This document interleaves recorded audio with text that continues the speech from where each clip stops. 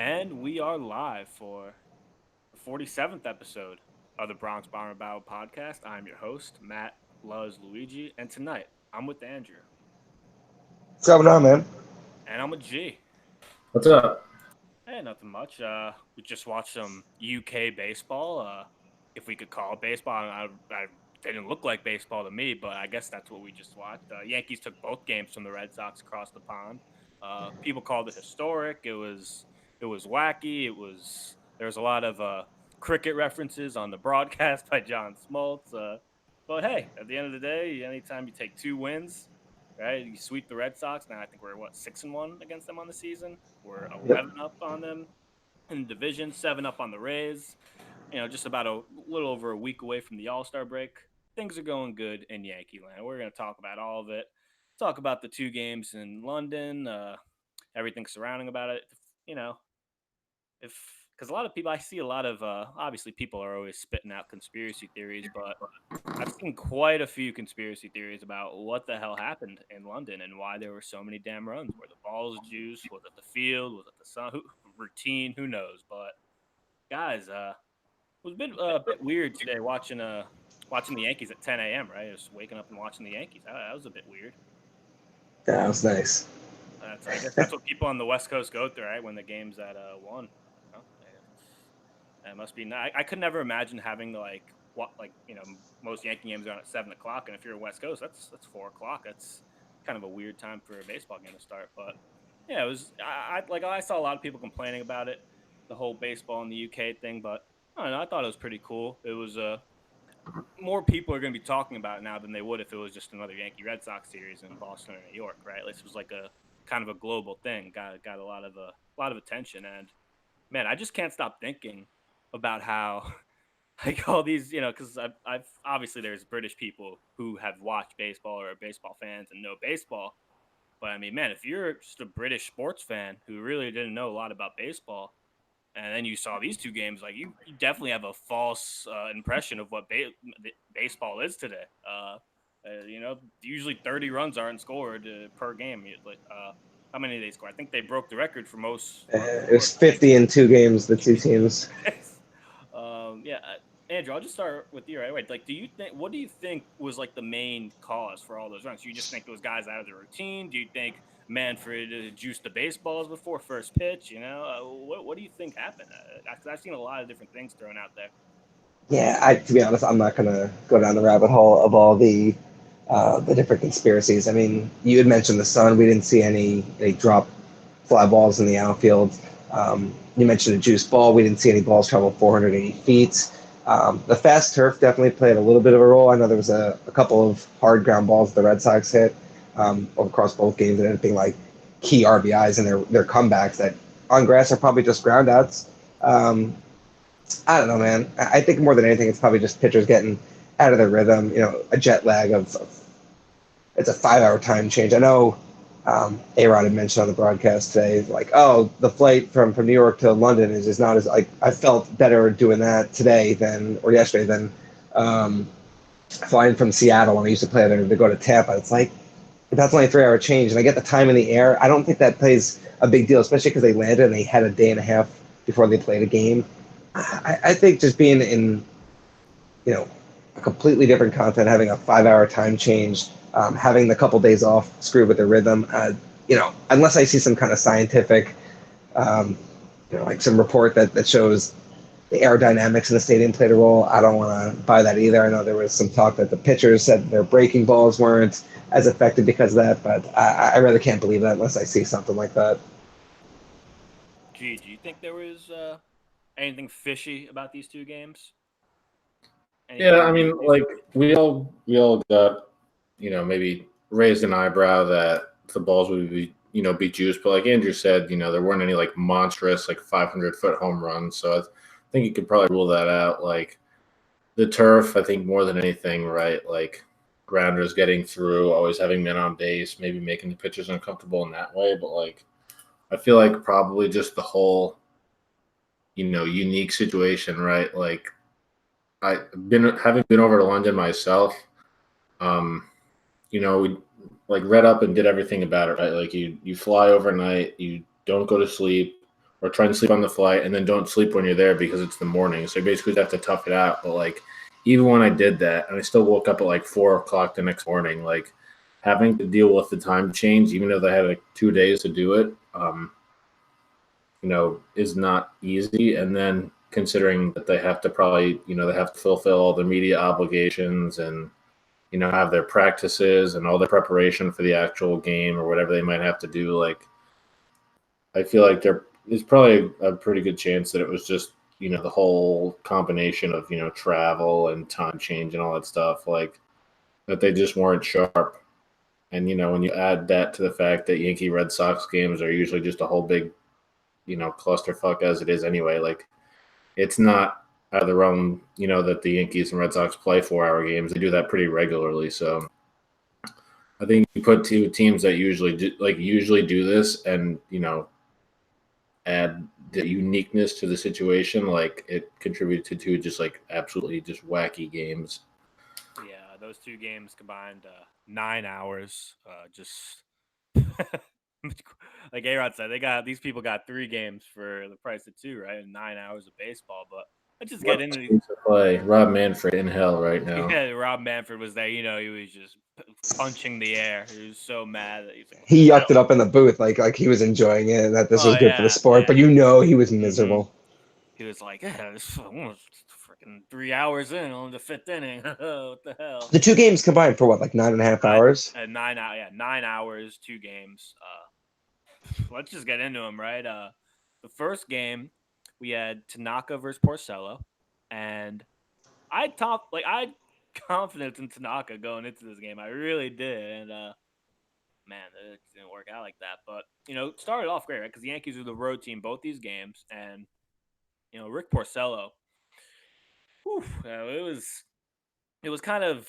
I mean, it's tough for him, right? He was the first pitcher to pitch on this mound, and as the series went or as the game went on in between games, you heard a lot of the pitchers say how their pitches weren't really moving a lot, and I think that maybe has something to do with the fact that the way they build stadiums in the UK, there's just not a lot of wind gets into the stadiums. Like that's just how they build them. So, I mean, I guess that could have to do a little bit with it. But, anyways, I mean, Rick Porcello just got absolutely bombed. It was pretty ugly. Everyone was getting hits. He only got one out. Voigt gets an RBI double to start it off. Didi RBI, 2-run RBI double. Encarnacion RBI double, which is only hit of these 2 games. But Hicks, first homer in the UK. That's going to be a trivia question, right? Aaron Hicks, the first one to hit a home run in the United Kingdom, 6-0. But we were all feeling good, right? It was like, wow, we're just beating their ass, 6-0. We're embarrassing them on a national stage, and then the Red Sox got up, and man, I mean, Tanaka, he did a little bit better than Porcello. Right, he got one more out than him, but he couldn't get out of the first inning either. Both pitchers just combined for an inning and give up 12 runs. It was unbelievable. I've never seen anything like it. I think what was it, the most runs scored in the first inning in like 20, 30 years or something. It was nuts. It was 6-6 after the first inning. The Yankees would regain a lead. They just kept scoring runs. Right? Gardner gets them back into it, to 2-run homer to retake the lead. DJ LeMahieu just kept doing DJ LeMahieu things these 2 games. Just keeps slapping the ball all over, getting hits. Judge goes deep. Didi gets another RBI single. It's 17-6 in the fifth inning, right? So this game's over, right? It went from being fun and enjoyable to awful, and then it went back to being fun again. But man, and the Red Sox, they came back, and it really just, to me, I was like, look, there's something up. Where it's the field's fast, but there's something up because the Red Sox cut it to 17-13, and man, like, well, look, we left Nestor in a little bit too long. Canley came in, couldn't get it out. Things weren't going great, but I I really just couldn't blame any of the pitchers. I'm like, all right, I've seen 9 or 10 pitchers on the mound, and almost all of them have looked kind of bad, right? Like there was a couple pitchers here and there. I think like Velasquez, and at the end had like a pretty like the Red Sox pitchers towards the end of the game started doing well, but man, the first like 8 or 9 pitchers in that first game were just all getting ripped, and I'm like, all right, there's something up here. Like what's going on? But Ottavino, Britton, Chapman, they come in. They saved that. Chapman was in both games, by the way, even though both are 4-run games. The Yankees win 17-13. Man, that was what did you guys think of this game? Like, was describe this game in one word. Was it enjoyable? Was it awful? Was it just in bed? Like I don't know. Like this was just such a wacky, weird game. I think that was the most miserable and least enjoyable Yankee win of my Like life. I hate, dude. I hate saying that, but it really was. Like once that game was Right, over, I was like, oh my god, because it's right. Like you were so relieved. Like, and it was 5 hours. It sucked up my entire Saturday afternoon, oh my god. and I literally just needed to decompress after that game. I mean, the 6 run inning, you're like laughing. You're like, holy crap, this is it. We brought the Red Sox all the way to London on this bougie ass plane just to shit all over them. Like, this is great. And then immediately Tanaka gives it right back, and you want to pull out your hair. And then a couple innings later, you're up 17-6. It's a laughing stock, right? Like, this is it. The Red Sox are a joke. This is the greatest day of my life, right? And just to get the last 12 outs, whatever it was literally it was Chinese water torches. What it was. That's oh man, brutal. I'd say like the game was exciting. It had a lot of stuff happen, but it wasn't at all fun. Like I enjoyed watching it. Of the like 4.5, almost 5 hours, I enjoyed watching it for like maybe an hour. Yeah, I tried to convince myself after the game. I'm like, oh, that was awesome, right? And I was like, wait a minute, no, it wasn't. That kind of sucks. No, it wasn't. It wasn't fun. It was, a lot of stuff, like a lot of exciting, like good PR, and it was a quote unquote like good game for the series, like, but it just wasn't fun at all. Like, and I'd say the thing that made me most mad, like, maybe we'll get some information about, as the stories come out, as analyze what happened. Like, oh, this is why all the pitchers struggled, but like I was most mad. I wasn't even disappointed. I was really just pissed off. I was like, Tanaka really couldn't get through one inning, not even one inning, with a 6-run lead. You couldn't even get through one inning. Like you couldn't even play opener and give them one inning, and then they could have even like went to someone else. He was ahead of every batter and coughed it up. Like, and I was so pissed off by that. Like, no, like trust me, I was mad at Tanaka too. But as I'm telling you, as that game went on, it almost came like, all right, I'm not going to be mad at like any pitcher this series because there's clearly something different. Whether it's the mound yeah, or what it is, there's clearly something different that these guys. Well, even if they're just like they had 2 days off in a row, and that I think kind of messes up. Like that might mess with you just a bit having back-to-back off days, especially when one of those off days you're probably just touring around London doing PR stuff for Instagram and all that. Yeah, it's a little different that you know for like let's say a reliever, to not pitch for 2 days because they do that all the time, but to not even go to the ballpark for 2 days straight. I think that's the change in rhythm that probably threw them off the most. Yeah, like I wasn't going to predict that the game was going to turn into what it was because, like, how could you? But I was just super, super mad that like you couldn't even get through one inning, dude. It's one thing to come out with like a 0-0 game and get bombed, and like that happens. We've seen it happen. Like, but they gave you a lead, man. It just really bothers me that he couldn't even get through one inning. Yeah, it was a rough day at the office for Tanaka. And you felt bad for him because like I really had confidence in Tanaka. Like, all right, Tanaka, he's a big game pitcher. This is a big game. He's gonna just throw a gem, but didn't Did work you have out. confidence with him in a close game, let alone a game that he gets spotted a 6-run lead in the Yeah, first inning? exactly. Oh man, yeah, like, and it's funny because Tanaka just not even lasting an inning. The Yankees originally Sunday were supposed to go with the bullpen day with the good old Nest Green and Nestor, and they still had a bullpen day, but it wasn't their ideal original setup. No, everything got fast forward Yeah, to that game because they had to use Green and exactly. Cortez. And Green got the win this game, by the way. Another note about this game: Luke Voigt was 4 for 4. He just had a double, and then he pulled up a little gimpy to second.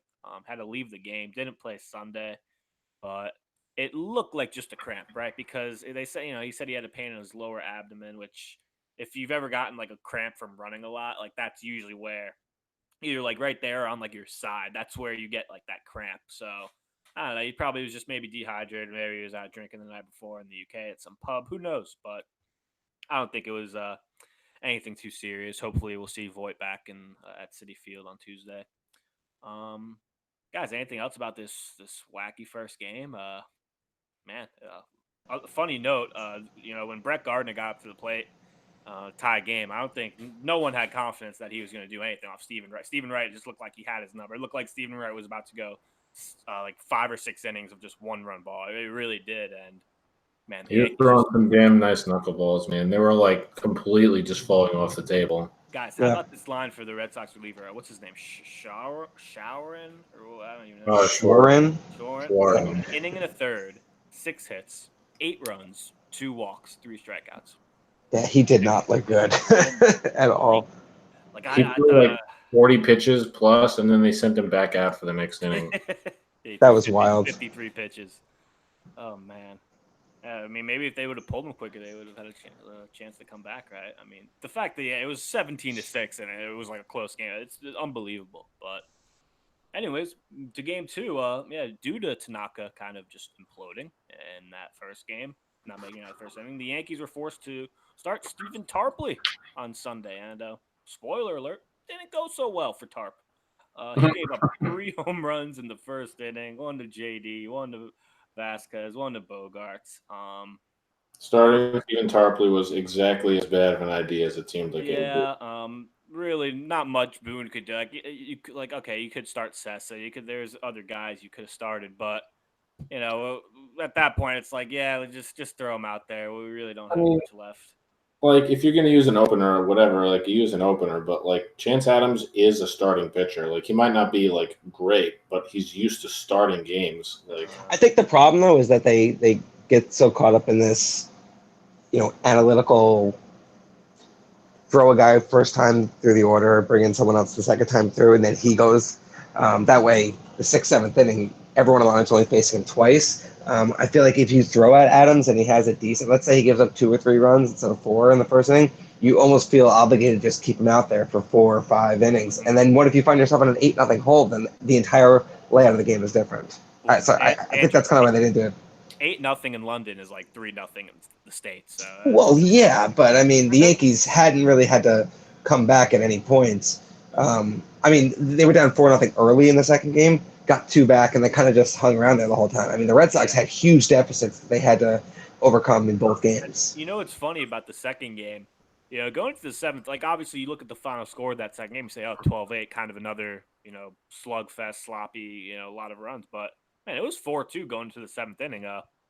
Rodriguez for them, he pitched pretty well. He threw it just really showed the best example of how much Alex Cora and just the entire Red Sox coaching staff does not trust this bullpen. I mean, Rodriguez was out there in the sixth, and he had 115 pitches in this game through 5 1/3. Like, he was out there, and Cora probably would have left him out there for the rest of the sixth if he didn't. or trying as hard as he possibly could to not have to go to his bullpen. Yeah, like, I mean, his tank, you could tell his tank was just empty. He walked 4 guys. They go to Brewer. He does his job. But, man, I said it, man. Going into that seventh inning, it was a 4. The Yankees were only down 2. The Red Sox hadn't scored since that first inning where they had 3 home runs. It was the top of our order coming up.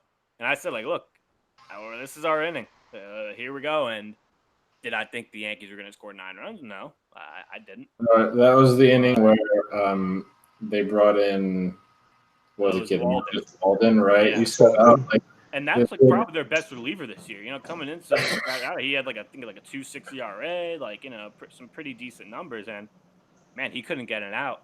He didn't get it out. Yeah, and you saw the urgency in the Red Sox that they brought in Matt Barnes, who's for the most part they don't have like a designated closer, but he's been their for the most part go-to guy in the ninth inning, and they brought him in to stop the bleeding before it got out of hand. And spoiler alert, he didn't do so well in that role. He got 1 out. And then got yanked as well. LeMahieu starts it off, and Judge gets on. Then Hicks gets the RBI double to make it 4-3. Gary 2-run single to take the lead, and Urshela gets a hit. LeMahieu gets another hit. Hicks sack fly. It's 12-4 at the end of the day. Didi, like, another note, because I was thinking it, and I think it was like 10-4. I was like, man, all these runs, but it's like almost the seventh inning, and that home run streak, we still haven't gotten a home run. Like, uh-oh. But Didi, he made sure the home run streak continued at 33. He hits a 415 12-4. Yanks put in Chance Adams. He gives it 4 runs. It gets a bit interesting. But at the end of the day, Britton, Chappie, shut it down. Yanks win. They beat the Red Sox. They sweep the Red Sox in London. Like obviously it's a Yankees podcast, but man, the Red Sox bullpen, like it really is that bad. Like a lot of times you'll hear about teams talk about how bad something is for a certain team, and it's usually not that bad, but the Red Sox bullpen is that bad. Like it's actually I couldn't like watching that game on Sunday. I actually couldn't believe how awful that. But like I'm like these are their best bullpen guys here, and they are just getting slapped around. Like they had a 4-2 lead going into this inning. It is now 12. Like it is now 11 of 10-4. Like oh my god, just unbelievable. It's I know that they 4-40. They're 11 back of the Yankees in the division. Few games out of a wild card spot. I mean, they're in some deep shit right now, man. I know that they probably did exactly what the Yankees did, which is like bring an extra guy or two and make a move like between the games, especially after what game one was. But like, man, I felt like they brought in like a really crazy amount of relievers, like just relievers that I'd never even heard of. Both teams did, yeah. Yeah, like relievers that I never even heard of, man, and they just none of them could get any outs, man. Like I mean, I don't really feel bad about it because it's their competition, but like it was really hard to watch these dudes. They came in and they just had nothing, man. Like they were just really bad. Like that's what I'm saying. Like I could not get over how like it was. They just I think how many pitches they go that one inning, like 3 or 4. And like no one could get outs. Just in the seventh inning during the rally, the first two pitchers combined for like 50 pitches, they got one out and gave up like 5 runs. Oh man, yeah. They're in trouble. Like, they're in some deep shit, man. Like they got by with that bullpen last year. I don't look like it's going to be the case this year. But I don't know, man. Like they're just like a ring in your ear that just won't go away. They're just so annoying with how good their offense is. And you know that as more teams become sellers at the deadline, they may be able to pick someone off. Like remember a couple years ago, they picked up it was Addison Reed and someone else. I forget who, but they ended up losing. I'm pretty sure that was the year that they got swept by the Indians in the first round of the playoffs. But like those bullpen additions really helped them, finish the season strong and close out the AL East title. Like, I mean, I'm not going to write it off and be like, well, that's it. Their bullpen's a joke. Like, I mean, there's still going to be good guys available. And if they feel that that's the difference between them missing the playoffs and playing for the wild card, if not the division, like, I'll believe the Red Sox are dead when they're dead. Yeah, look, I'm like, they're in some deep shit right now, but yeah, they're still a dangerous team, and I still think they're gonna be in that wild card game. Considering it's like it's either gonna be them, like the Rangers, the Indians. Like it's like I still like them against all those teams, but I mean this probably woke them up, right? It had to have your bullpen pitches like that on like like 2 national broadcast games, like the first 2 games in London. These games are like pretty big deals, and man, your bullpen pitches like that, and it's been awful all season, obviously, but this was just like it was almost like Clint's terrible night happening on Sunday Night Baseball. Right? It wasn't just like a Thursday night game against like the Royals. No, it was Sunday night ESPN against the Red Sox. Like it's going to be a little bit more of a story. And yeah, they're definitely going to make some moves. They're definitely going to add some arms to that bullpen. I mean, they have to. Like they literally have to. I mean, this team, if they don't add anything to that bullpen, like they might not finish 500. Like that's how bad it's gotten. They're only 4 games over 500 right now, and like, their offense, for the most part, they've been relatively healthy this year. Like, their lineup's still there. Like, obviously, Betts isn't having the year he had last year. Neither is JD. But, you still got, like, Devers and Bogarts having really good years. Chavis is a pretty good offensive piece to have. Like, their offense is still really good, but, like, you got to add to that bullpen, man. Obviously, I don't want them to, but, I'll offer up the devil's advocate, I think. I mean, obviously, I would expect the Red Sox to make a move just because they're active and, they're generally one of the better teams. Like, they're in the running. My main point is that if they can't beat the Yankees, then there's only so much of a comeback that they can possibly make. And the other part of it is that, like, to assemble their current team, one, they already have a ton of salary obligations. Like, they're the most expensive roster in the league. But like they sent out a lot of their prospects, I guess as currency, like to make deals and stuff. Like how many prospects, right? What are they going to have left? How much are they willing to give up to get people in the house unless they're for long term. Like unless you're getting guys that are on longer term deals. Like it's just I don't know. I guess I would just be cautious about that if I was the Red Sox. Like how much more could you possibly send out because you're getting into an area where you're going to have an expensive roster and nothing to fall back on. Yeah, but you know what? Like we say that they may not have any, MLB top 100 prospects, but they pulled Chavis out of nowhere. He has what, 15, 16 home runs. They picked. I don't even know where Jordan Walden came from. If he was like an international free agent signing, like he was playing like overseas, or if he was in their system. But he, before today's implosion, was having a really good season. Like, they're a good run organization, coaching wise at the major league level. That I think they can, mold any level of prospect into, um, a pretty decent MLB level contributor. Um, it's nice to talk about, and we love having a deep system. Like when we were coming up with Gary and Judge and Glaber, they were all in the minors, so we were really excited for how deep our system was. But I mean, if you're winning championships and you want to figure out the system later, like I don't know. Agreed. But yeah, the more talk about the let's talk about the Yankees this game. Man, look, we have like player of the series, but I mean DJ LeMahieu's kind of ruining that segment for us because it's just been him like every week. Like we'll be like, usually in the beginning of the season there was 2 or 3 different players you could pick. Like, oh, this guy's an RE. You could say this guy's a player of the series, but man, it seems like series after series, it's just DJ LeMahieu. I mean, listen to some of these stats on this dude. He's 18 in his last 6 games. He's 18 for 28 like with 13 RBIs. He has 45 hits and 29 runs batted in the month of June.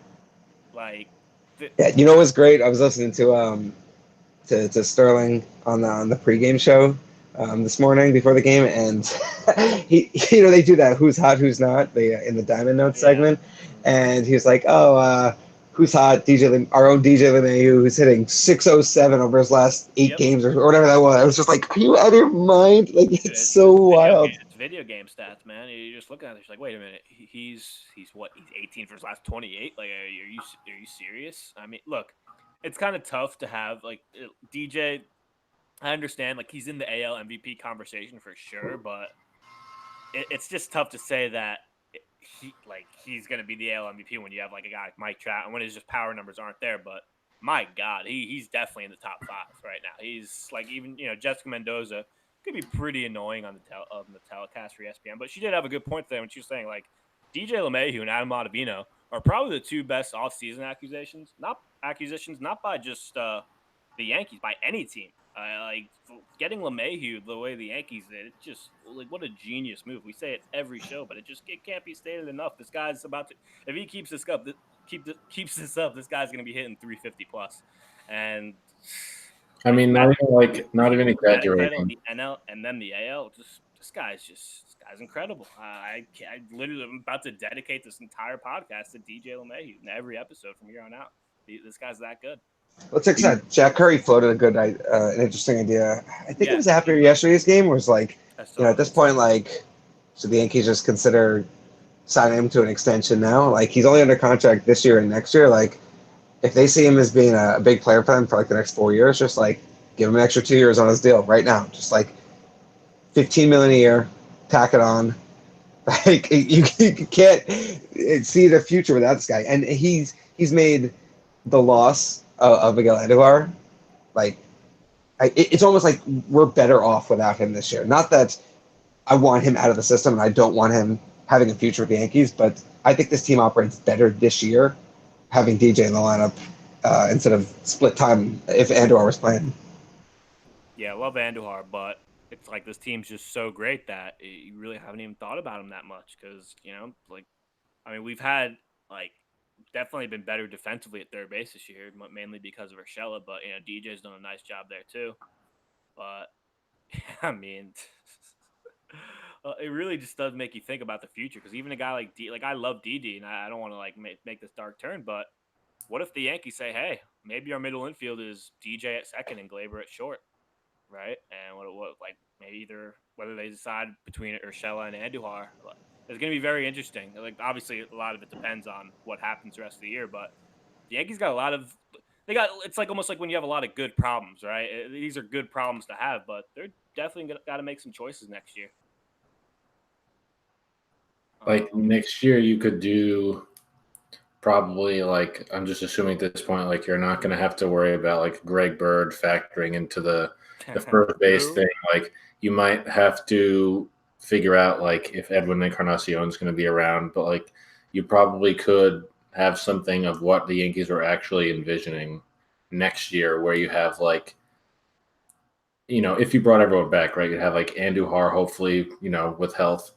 You'd have Didi, Glaber, and Luke Voigt, and have DJ play one of those. I mean, not short, but like one of those positions most nights, and just rotate it, which seemed to be what Aaron Boone was envisioning originally before the injuries took hold.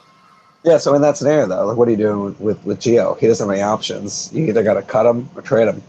And in that scenario, he doesn't really have a place. Well, that's what I was. And obviously, he wasn't factored into the plans early in the year anyway. He started off in AAA. I mean, you love Gio, but you don't know, like, you can't really predict for anyone, right? But you don't know, like, what Gio, this is kind of outside of his career performance. Oh, right, of course. I'm not saying that, he's the guy you need to plug into your lineup, but, like, in your scenario, he's gone, right? Like, just. I would imagine in my scenario that he's not challenging for major playing time. Yeah, okay.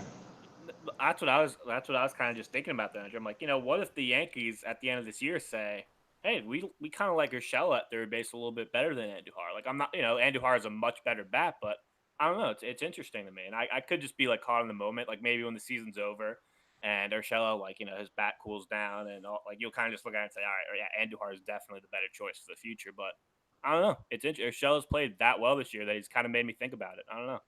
I mean, like, Andujar's a guy who's been traded a million times on the internet anyway. So, like, if the Yankees Andujar's been theoretically traded like 15 times since 2017. So, yeah. Like, they definitely still do have a need for pitching. Like, and you don't know how they're going to wind up addressing that. So it's not something like you could just you could kick that around. That's a whole separate podcast for sure. But like, that's something that you could definitely go down the road with. Yeah. Anything else from this baseball and UK experience? Man, that was. I'm still not over how fucking weird that was. I feel like let's just never do it again, please. Take the 2 wins and never do that ever again. I'll be much more excited, like, to watch not the Yankees play in these games, like to watch a game that I don't have any like personal investment in, like whoever it is next year. What? Like, it's Cubs and Cardinals next year. Like, let's say that their game goes like 15-15 into extra innings. Like, that's awesome. I want to watch that game, but I don't want to be a fan invested in that game. You could do some wacky stuff. Make it an exhibition game, juice the balls, do all sorts of wacky shit. Like, you could really make an event out of it, and they would still probably have a damn good time with it. Like, yeah, I mean, look, 60,000 people were there, and they showed the E10 Saturday. They said 60,000. I guess there are 60,000 again there Sunday. Yeah, I think overall, even though I agree with what you just said, Andrew, like, yeah, the fact that there was, we're Yankee fans and the Yankees were in it just made it brutal. Like, it just made those games excruciating. But overall, I thought it was a positive for the MLB, right? I know a lot of the older Yankee fans, like, just thought it was stupid. Like, oh, we don't need to grow the game in the UK. But, hey, I'd never think it's a bad idea to grow the game of baseball, right? So. It was so funny, though. I keep hearing Joe Buck over and over and over again. He must have said it on the broadcast Saturday afternoon like 7 times. He's like, this is your first time watching baseball. If you're tuning in and seeing this for the first time, this is not the norm for Major League Baseball. This is not what we're used to seeing. And, like, if you watched baseball for the first ever time, this was your experience, 17-6 Yankees in the 5th or 6th inning, whatever it was. It's like, oh, wow, baseball's a high-scoring game like cricket. Like, no. Like, you watch games, most times it's like 4-2. No, it's so funny because, like, I think it was on Reddit, and somebody was, like, they posted on, like, the main baseball subreddit, like, hey, I'm British, I have no idea what's going on, but this is pretty fun. And the top comment was from a Yankee fan who's like, trust me, we don't know what's going on either. like they thought we were like, oh, this is cool. It's like, yeah, man, like, we still usually don't happen, man. It's 6-6 in the second inning, and it's 2:30, and the game started at 1. Like, we have no idea what's going on either. It was just as bizarre to us as it was to you guys. It was weird. I always felt like watching the Yankees blow these leads. Thankfully, they didn't actually blow the leads, but seeing like the lead slip away, it was so much worse than when you see a team in football blow. And I always say football because it's the same score. But like, if you're, let's say, up by a touchdown, right, and your defense can't get a stop on third down, the other team just drives down the field. By the time the game tying touchdown happens, you're like numb, like you already expect it, right? Like baseball, like you're waiting on it could be a grand slam or a double play ground ball down the ending. Like there's so much that happens on one single pitch. It's wild. Yeah, yeah, yeah. Like I agree. Like all I have to say is, yeah, let's not do that again anytime soon, right? I'm very surprised that. Also, I wanted to say this note because we could all say this because we're all Giants fans here. The first MLB game in London outscored the first NFL game in London. I think what was the Giants Dolphins game was 13-10. I What a mess believe. that game was. This game was, and it's funny because this game, it was at one point it's 17-6. That's a football score, right? You see a lot of 17-6 football games, and then 17-13, the final. That's a football score. I'm like, wow, look at that, 17-13. I didn't know the Giants and Patriots just played in the UK in June. But I'll just sum it up for me. I'll just be like, yeah, well, Yankees, Red Sox in London. It was a really great, awesome experience that I never want to have ever again. yeah, right. Never again. I saw a lot of Yankee fans there. A lot of people I follow on Twitter were there. It must have been an awesome experience traveling to the UK just to watch the Yankees. It's pretty dope. Some injury news and notes. Domingo Herman, he should be back this week, right? Excited to see him back. Hopefully he looks like like he did early in the season and not like he did before he just went on the IL. Big hope. Luke Voigt should no additional news about him. I guess he's fine, right? I guess he just had a cramp. That's what we're hoping for. No news is good news. When you Well, I mean, it's definitely a muscle strain. It's like right below like the belt area. And if you watch the replay of the double when he hurt himself, he kind of like winced like the second he hit the bag. So I wonder if he stepped weird, and a combination of being like dehydrated, playing out in the sun, kind of like just tweaked that muscle. But hopefully that's something he could play through. Another thing, Gary jammed his left thumb, I think in the 8th inning today, which is why Austin Romine caught the 9th. He said he'll be fine. He's just sore. We'll ice it. So, sounds fine, but never like seeing when Gary gets his thumb. That kind of just always happens. You probably get your thumb jammed like 10 times a week as a catcher, so no big deal there. Like I said, Yankees homered for the 31st straight game. They're just adding to that record. Guys, before we get into the let's just talk about the Yankee All-Stars, right? So as of now, there's three Yankee All-Stars. Do they still have the final vote, that whole like last vote thing? Do they still do that, or do they do away with that? Honestly, I have no idea. Right? I was just because they usually there are 4 guys from each league, like the final vote. Usually it's the guys who got snubbed. I don't know if they do it, but as of now, the 3 Yankee All-Stars are Gary Sanchez, DJ LeMahieu, and Aroldis Chapman.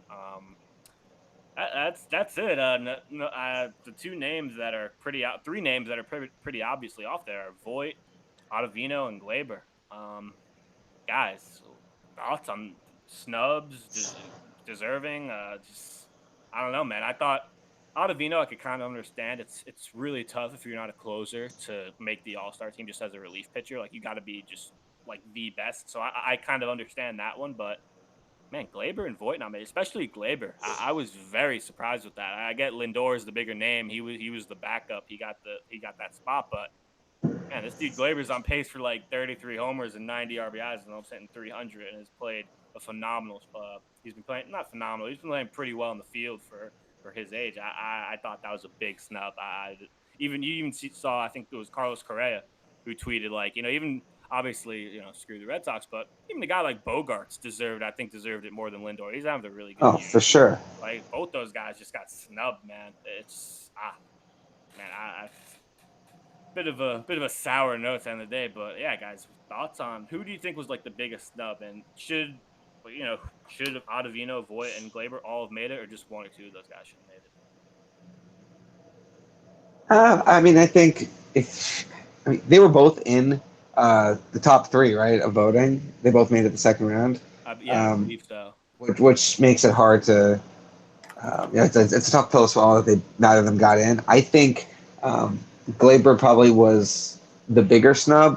Voit was interested in doing the home run derby. I don't know if that's still going to happen with his injury he sustained. Maybe he'll just want to take it easy over those couple days and get back to full strength the second half. I think Glaber's probably the bigger snub. I mean, the guy's having a pretty historic um, offensive season for he's 23 years old right now, I believe. He's 22. 23, yeah. 23 in December. Wild. I mean, he's on pace to hit, I believe, 36, 37 home runs right now. And he's been a force in the middle of our lineup and one of the few guys who stayed healthy the whole year to this point. I mean, I feel like he's pretty deserving. Yeah. I guess Voigt, like, I kind of understand because, like, the guys that got in it, like, Vogelbach for Seattle got in it. I'm like, okay, he's having a really damn good year. He's really good. I'm not mad at that. I'm really not. Okay, fine. Abreu getting in over Voigt, a little bit, because Voigt's numbers are a bit better. But like you said before, Andrew, like the All-Star game, it's kind of like a showcase of, like, the named guys. And look, Jose Abreu and Francisco Lindor are just bigger names than Luke Voigt and Gleyber Torres right now. It's just in the baseball world. Like, that's just how it is. And I think that's one of the reasons those guys got a nod. Plus, I think, the fact that every team has to have a representative at the All-Star game. Like, I always thought that shit was so stupid. Like, you want to talk about a participation trophy? Like, look, if you're a 20, 25 win team, like, you don't deserve an All-Star. Like, screw you. Like, we're not showcasing you. I mean, unless you're like Whit Merrifield last year on the Royals. If you deserve it, for sure. Doesn't matter how bad of a team you are. If you deserve to be an All-Star, you should be an All-Star. But it's like, oh, we have to have an All-Star from every team. Like, but is there really an All-Star on every team? Like, because, like, you've seen some guys over the years, like a pitcher who will have like what was it? I think it was Jay Happ last. It was Happ last year. He had like a 4.5 ERA, and you're like, this guy's an All-Star. Like, well, I guess he had like a few bad starts leading up to that, which kind of ballooned his ERA, but still, I don't know. Like Blake Snell, who won the Cy Young, was originally left off the All-Star roster last year, and that was like the dumbest shit ever. A few people have commented on it, which, like, I think Phil Hughes especially tweeted about MLB's rule where, like, you have to have one player from every team be an All-Star. That's pretty nonsensical, I think, at this point. Like, if the Indians had multiple representatives, like, that's one thing. If Francisco Lindor is the only representative, that's fine, I guess, because he's like their best player. He's got a lot of name recognition, and his numbers are pretty good, even though he missed a bunch of time. Like, I think that rule is really silly, and I think even though, like, the Yankees brand, like, everyone knows the Yankees, I feel like you picked, the, like, Voigt and Gleyber. They're younger. They probably have a little bit less of that cachet that, like, people know who Aaron Judge is. Like, Gleyber is 22. As long as he keeps playing like this, like, if Voigt plays like this, then they'll both make plenty of All-Star teams. They just have to keep building up that recognition. But again, it's honestly just it means it's a nice feather to put in your cap. But I mean, we know the value they've brought to the team. Obviously, they've helped get the team to where they are right now. I believe we're 26 games over 500 now. I mean, that can never be taken away. I mean, they may not be All-Stars this year, but the All-Star level of play they've provided to this team still exists. Mm-hmm. Absolutely. Yeah. So I think that whole final vote, if that's still a thing, Gleyber will definitely be on there. Gleyber or Voigt, maybe both. They'll probably won't put two Yankees on there though. People will complain. Guys, want to do our bullpen trust list to kind of wrap up the show? Do we have to? Please no.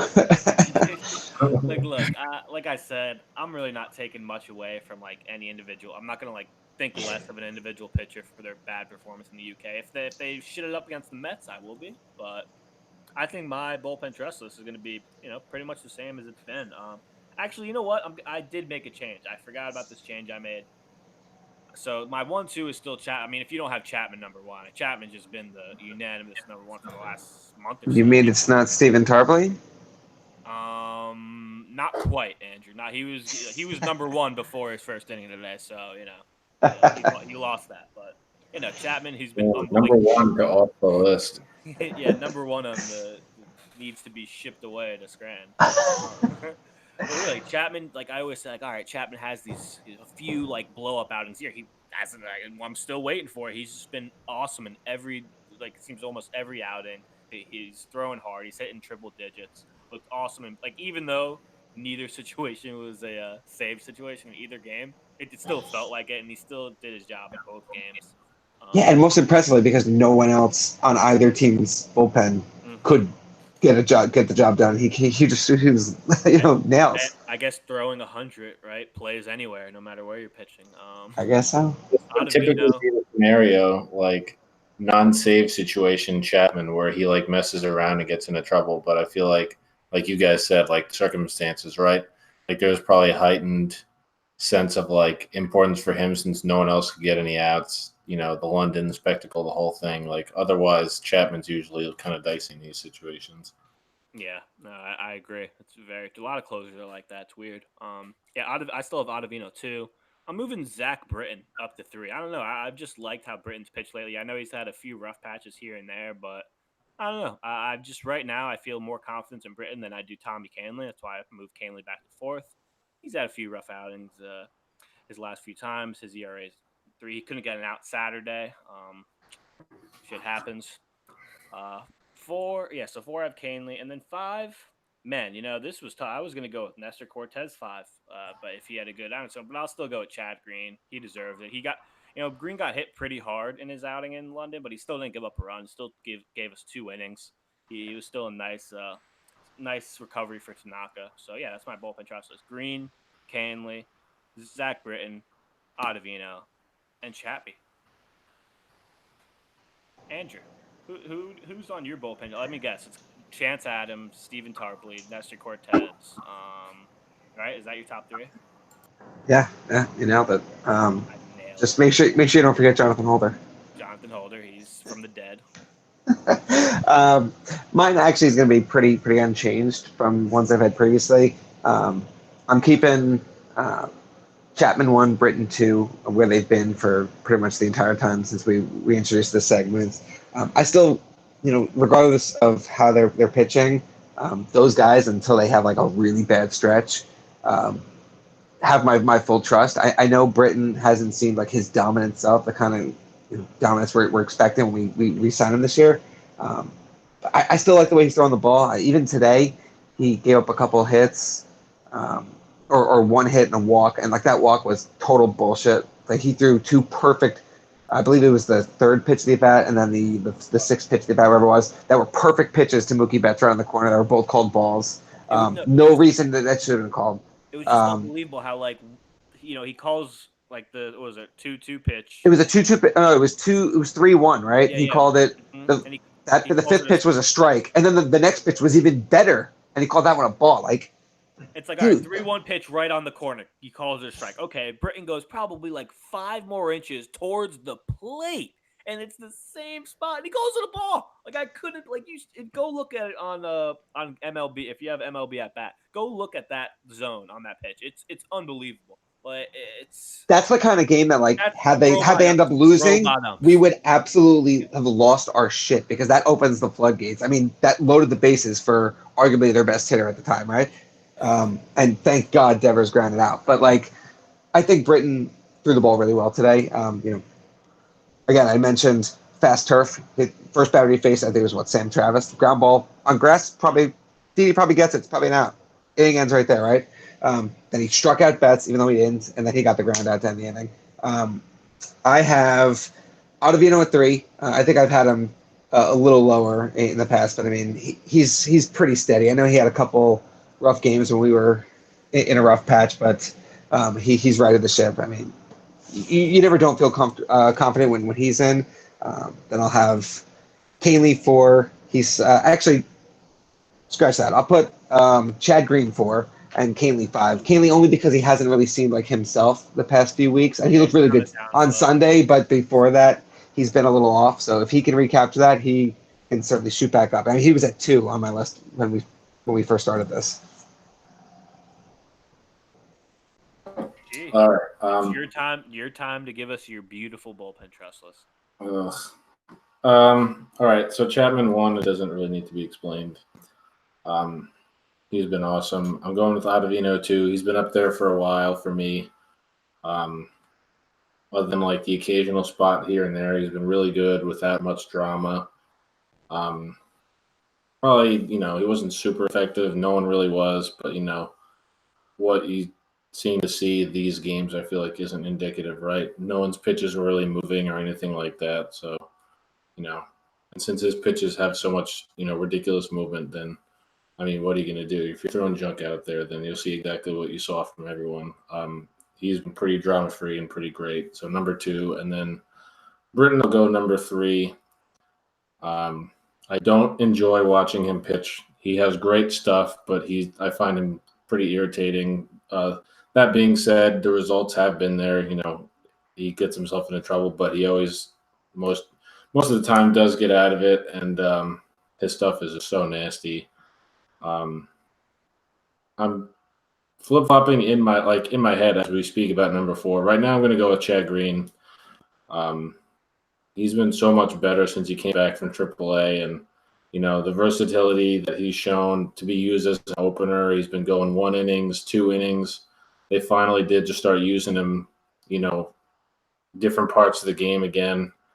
And if they could, I mean, we mentioned this last time, that he had been used almost exclusively as an opener for a while. If they could get back to using him, the 5th or the 6th or the 8th inning or whatever, then he's just so much more valuable, and they started to do it a little bit more. And Canely, he was super, super good at the beginning of the year. He's a little bit hit and miss. He's had some rough spots, but he still does have that nasty fastball changeup combo, and he could go back up pretty quickly. But he's having a little bit of a rough patch, so he's coming down the list for a little bit.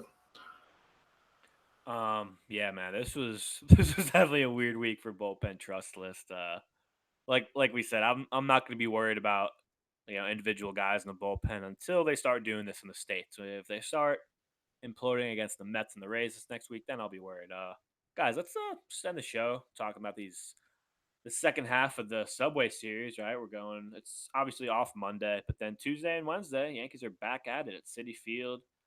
2 games against the Mets. They split with them at Yankee Stadium for that doubleheader about a month ago.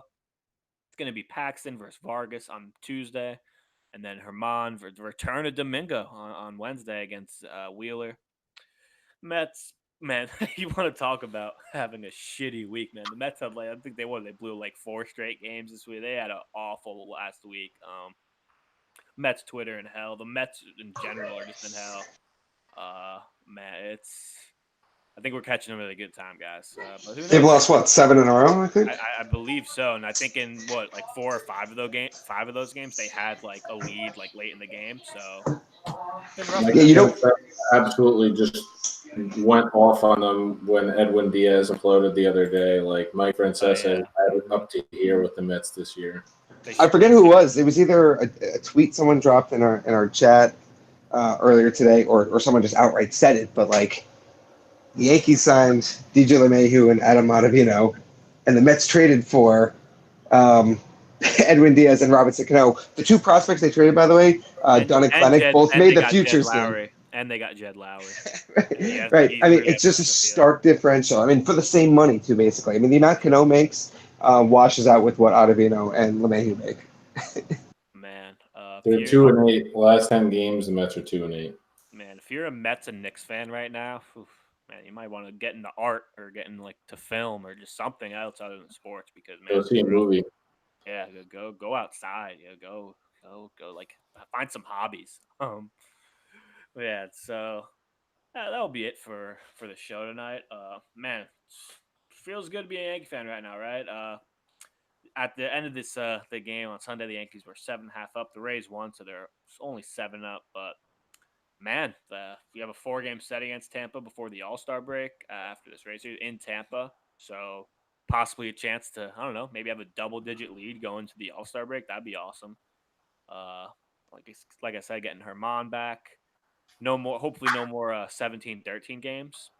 That would be nice. I'm looking forward. Never again, please. I'm looking. You know what? Even if we lose like one of these next few games, if it's like a 4-2 game and it's under like 3 hours, I'll be like generally happy. Wow, that was nice. Yeah, I was like, wow, that was nice, man. Oh, wow, it's 10 o'clock and the game's over. Wow, if this game was in the UK, it'd be like the 4th inning right now. That's all we got tonight. Look, the Mets and the Red Sox just both had they showed that graphic on ESPN today. The Mets and the Red Sox just bleeding the league and blown saves. What a beautiful sight. Both those. Red Sox Adam have Ottavino was a free agent. Either of those teams could have gotten him. Tough luck. Tough luck. It turns out the team with one of the best bullpens last year got him, and that's just how it goes. The rich get richer. and the Red Sox have as many blown saves as they have actual saves this Oh year. my god. Oh my god. Yeah, guys. So, any final thoughts before we wrap this up? No more London games ever, please. No more London games. Also, if you're a Knicks fan, I'm sorry, but Kyrie and KD are Nets. Go Nets. Just want to throw that in there. Keep winning. Get the double-digit lead by the All-Star break. I'm getting greedy.